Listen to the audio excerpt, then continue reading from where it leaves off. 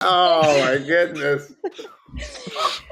Just mark that, play that. It took 9 games, guys. 9 games with Toronto FC. Finally got their first win of the season, 1-0 away, taking on Real Salt Lake. After conceding 12 goals in their first 5 games, TFC has allowed just 1 in the last 4. Are TFC quietly turning things around here, Ollie? No, they're not turning things around, and we've done this year after year, and we shouldn't think that they're turning things around this time. Like, I just don't want people buying into false hope here, and I don't know why they would after several years with this core. That this thing can be salvaged. Now, that's not to say that I don't think they're doing the right things right now. Like, I think Robin Fraser deserves credit. The players deserve credit. They needed to go back to basics and find a defensive foundation again and fix that side of their game. And they look like they've done that. They've picked up some results and finally a win. So I think they're doing the right thing in that regard, just to bring a bit of confidence back in the group.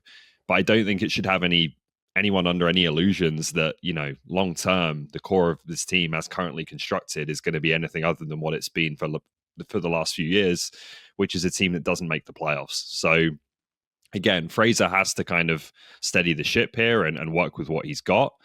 But the focus has to remain on the long term and not, thinking you can salvage a playoff spot. Maybe we can sneak in. Maybe there's something here. There isn't. This team needs to be torn down and ripped apart. And I think they are working towards doing that with the transfers they've made, which are all season-long loans. They're trying to clear the decks at the end of the year.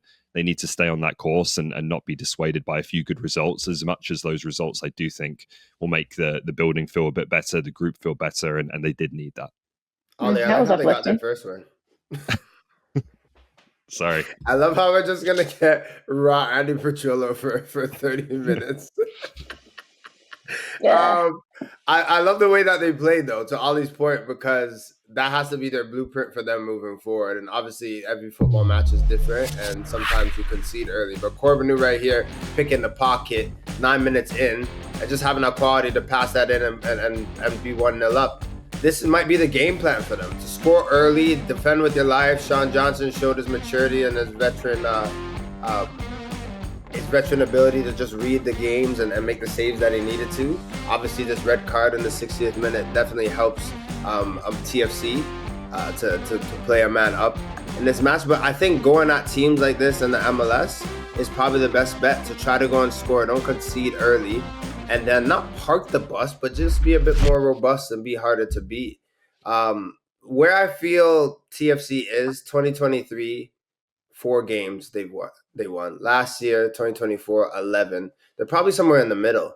Like, I think anyone's crazy if they're thinking that, they're getting a dozen and they're going to ride high and maybe make a playoff spot. But to Ali's point, I don't think that means that that's unsuccessful. They're a team for me that doesn't have depth. Like, it's not going to be something just overnight with the same players that you've been losing with that you're going to go on and have a successful season. But there has to be bright sparks. There has to be some things that get going, and whether that be Bernardeschi scoring, whether it be a breakout season from Corbinu, whether that be other players just emerging. That's the silver lining that you have to take from this year, because it's not going to be a playoff spot. It's not going to be a winning season, but you just have to take the good with a lot of not so good. I won't say bad, but not so good. And I feel like there are two minds here when it comes to TFC fans. Like, you have the ones who believe that if you just get the right kind of little pieces here and there, perhaps the right coach, you can turn it around. Then there's the other side, which I think, Ollie, you're on this side. You're not going to do it with the Italians. Like, at the end of the day, you're not going to do it with the Italians. Now, that still means you got to get it right when the Italians' contracts are up and you have that extra money to play with. You got to get it right. Is Jay Hernandez the guy to do that and lead that? But are you of that mind that as long as the Italians are playing, it's not going to happen? Yeah, I mean, like, to be fair to Bernardeschi, he has played okay. Insigne's come back into the team and is giving a basic level of effort, but you still, for me, can't be competitive with that when that's your DP on that contract. Like, again, I don't want to sound like I'm being too critical, because I think they are finding ways to get results and return a bit of confidence and feel-good factor to the group and to the supporters as well, who feel like they have a team that's working hard and, defending with their lives at times and they can get behind. But we saw this last year under John Herdman. Like, it started well under John Herdman, and they looked more solid, and they looked like they could get results. And then the summer international tournaments came, and they lost some key players, and it all fell apart. And like, again, this group just is currently constructed, I don't think has it. I don't think can be as competitive as they're going to ultimately want. And all eyes have to be on continuing to set themselves up to rebuild. And that, I think, is really going to start in earnest next year, not this one. CF Montreal guys, they have yet to win, and they were not able to capitalize on a late red card in their game, settling for a 0-0 draw against Orlando City. So that was their third consecutive scoreless result. Jordo, how dire have things become in Montreal, and where do you even begin to try and turn things around? Very dire. Like, I was hoping that we just could skip past this and, really want to talk about CF Montreal today. Like, it's poor. Like, you look at, they're 0-3-6. Right? They've only scored 4 goals. Like, Owusu scored 2. I think Sealy, Saliba have 1 apiece.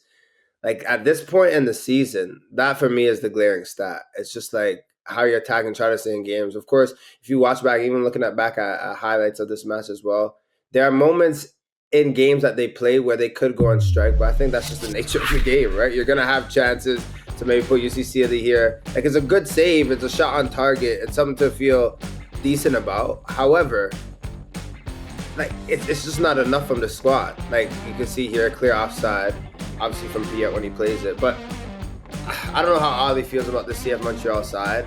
I look at the MLS, and even though for me it's a league of 30 teams, and we can question the quality of maybe the last 7 teams, but they look far off from everyone else.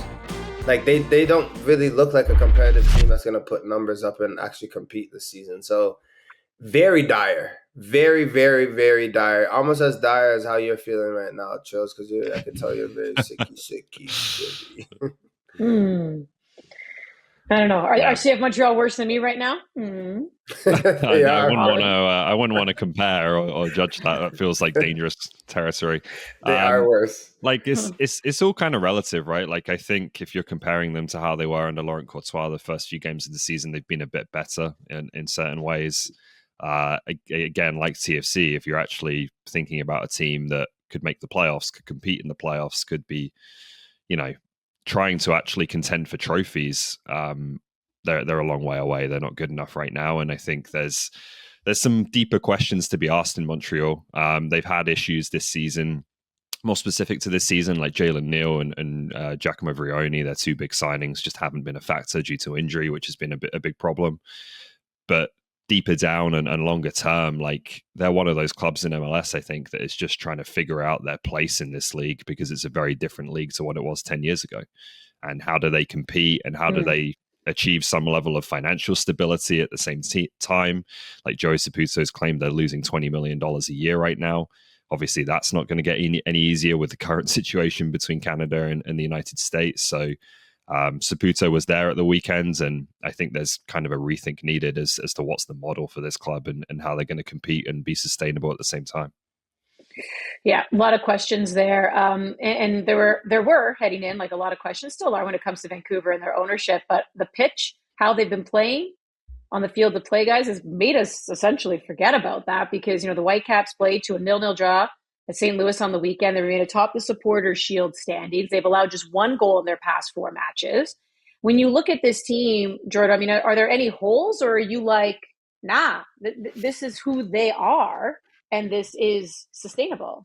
It's tough to say there are any holes when Jesper Sørensen has done what he's done, and these players are playing with such vibes right now, and they're going to the biggest match of the season. But I have to revert back to what I feel like we all kind of said in some ways, of just like strengthening this side and maybe getting a few other players, maybe another DP, like another spot, another big dog. We kind of flirted with that for the past couple seasons with Vancouver Whitecaps. I think the issue right now I have with the side is the fact that they're playing so well, and inevitably what happens in football is eyes are on you, and then what happens in a summer window is that some of your big dogs are probably going to move. So right now, in the present moment, I am all for this squad, and I think they're very balanced. But you probably need to bring in another piece, and then if you think, does Ahmed eventually leave? Does Vite maybe make a move? Like, do your stars go? How do you rebuild, or how do you replenish the side. I mean, that's a future problem, but it's right around the corner. So right now it's great, but I just think, and I know obviously Vancouver Whitecaps and the staff and Schuster know that you need to strengthen that group. You need to bring in certain pieces. Feeling out a manager coming in, you see it nowadays too. When managers come in, they bring in all their guys, their goalkeeper, the coach, their everyone. I like how Jesper Sørensen has been very modified, and he's had like the closest people to him and certain people that he brought in. Obviously, Sabi, the Danish connection as well. But they're going to need a couple of big dogs if they really want to compete, because this is the MLS. It's not really so much about April and May. You want to be peaking in November, December, making sure you're playing in that last game. What do you feel, Ollie? Honestly, I think as currently constructed, they are that good. Like, they're as good as their records suggest they are. And I think the only hesitancy really that I have in saying that is just that the Whitecaps haven't done it before. And that's not really a reason. That's just, you haven't seen it yet. But I think you look at this roster, you look at the way they've been coached under Jesper Sørensen, you look at the underlying numbers and things like that, like everything suggests they are exactly as good as the results say. You could point out maybe that the schedule has been a little bit forgiving in terms of quality of opponent, but I think that's balanced out by the fact that they've been having to play Champions Cup at the same time. It's certainly not been easy in that regards. You could say one of the things I had was I think they needed like a secondary source of goals beyond Brian White, but Sabi looks like he could be that guy. I would still potentially be looking in the summer for another attack-minded player, but when Ryan Gold gets back as well, like they look like they've got a lot of firepower. The defense has been, deserves more credit than it's gotten. They've been absolutely excellent at the back. Like, everything is there on paper for this team to continue to be one of the top teams in the league this year and compete on every front, in my opinion. They are who we thought they were. Well, shout out to Denny Green there. Well, speaking of Champions Cup, because that's, I think, what's just impressed me the most here when it comes to Vancouver is because they're getting it done in MLS and in Champions Cup. As we know, One Soccer is your home for the tournament and beginning next week. We do have the semifinals. Vancouver is going to be taking on Lionel Messi and Inter Miami. So here's the thing, Jordo. Is Inter Miami the unbeatable juggernaut, or do you see them as a little fatigued and vulnerable? I think every team is beatable, but I will say that obviously right now they're riding high. But the one thing I want to focus on when I talk about this team, Vancouver Whitecaps playing into Miami, who I feel like might be fatigued, that 4,500-kilometer trip, it is not for everyone. Look, even playing for York United in the CPL and going to Vancouver Island, I think it's like 4 hours. Trills, when I tell you my back, I'm coming here like Quasimodo, my leg, hamstrings shaking, getting the Holy Ghost. Like your body's move. It's not meant to be. And I'm the type of guy, I get up on the plane. I do my stretches in the back, talk to students, get extra cookies, juice. Like, I'm moving. You see me in the studio. You. I move. I can't sit still, right? That's also how the blood clots set in. You don't want to do that. You got to make sure you get up and walk around. This trip is going to be dangerous for Inter Miami. You think they want to come from hot, sunny, welcome to Miami, fly all the way here? This is not going to be an easy trip. This is the time for Vancouver Whitecaps to punch them. You got to hit them straight in the chin. How Andy Petrollo punches me when she doesn't like what I say. Straight in the chin, not me back.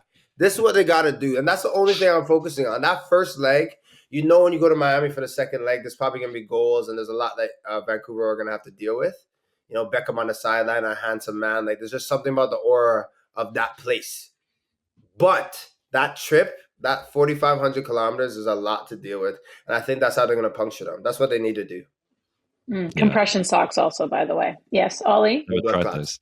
Yeah, I agree. I think they've got to go for it on Thursday. This can't be like Pumas and Monterrey where you take a draw down there. And look, it's Lionel Messi, so he could make us all look very stupid and, turn in one of those performances that you can't really do a lot about. But right now with this team, like, they won in Cleveland against Columbus at the weekends, but like, they were so fortunate. The XG was heavily in Columbus's favor. They've played a lot of games, obviously, like Vancouver being in the Champions Cup. I think it's 13 in 62 days, which is one every 4 or 5 days. There's 5 players who start for this team who aren't just over 30, they're over 35. Like, it is an older team. I think if you're Vancouver, you've got to be anticipating that fatigue is starting to set in. It looks like it is a little bit with Suarez and maybe even Messi, and try and really get control of this tie in the first leg. Because like Jordan said, when you go down to Miami, it can feel like destiny with Messi at times. You've got to have a cushion and something to take down there. And it's hard turf. Hard turf. Yeah. Yeah.